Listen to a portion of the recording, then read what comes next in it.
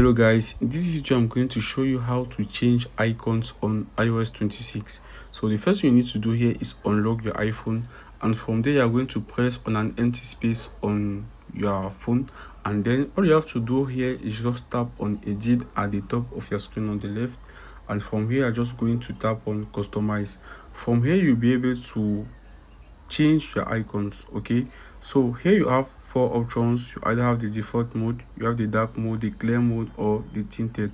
So all you have to do here is just select the color that is appropriate for you, or you can just choose among the other options. Okay, what I've decided to use here is the clear option, which for me is the best. So it depends on you. You can actually choose among any of this option. Okay, and then you can also change the color if you want. So that's actually how you can change the icon on iOS 26. Also, you can also change from the light mode to the dark mode if you want. Okay, or you can either take the automatical mode, the auto mode, which is actually going to pivot between the light and the dark mode.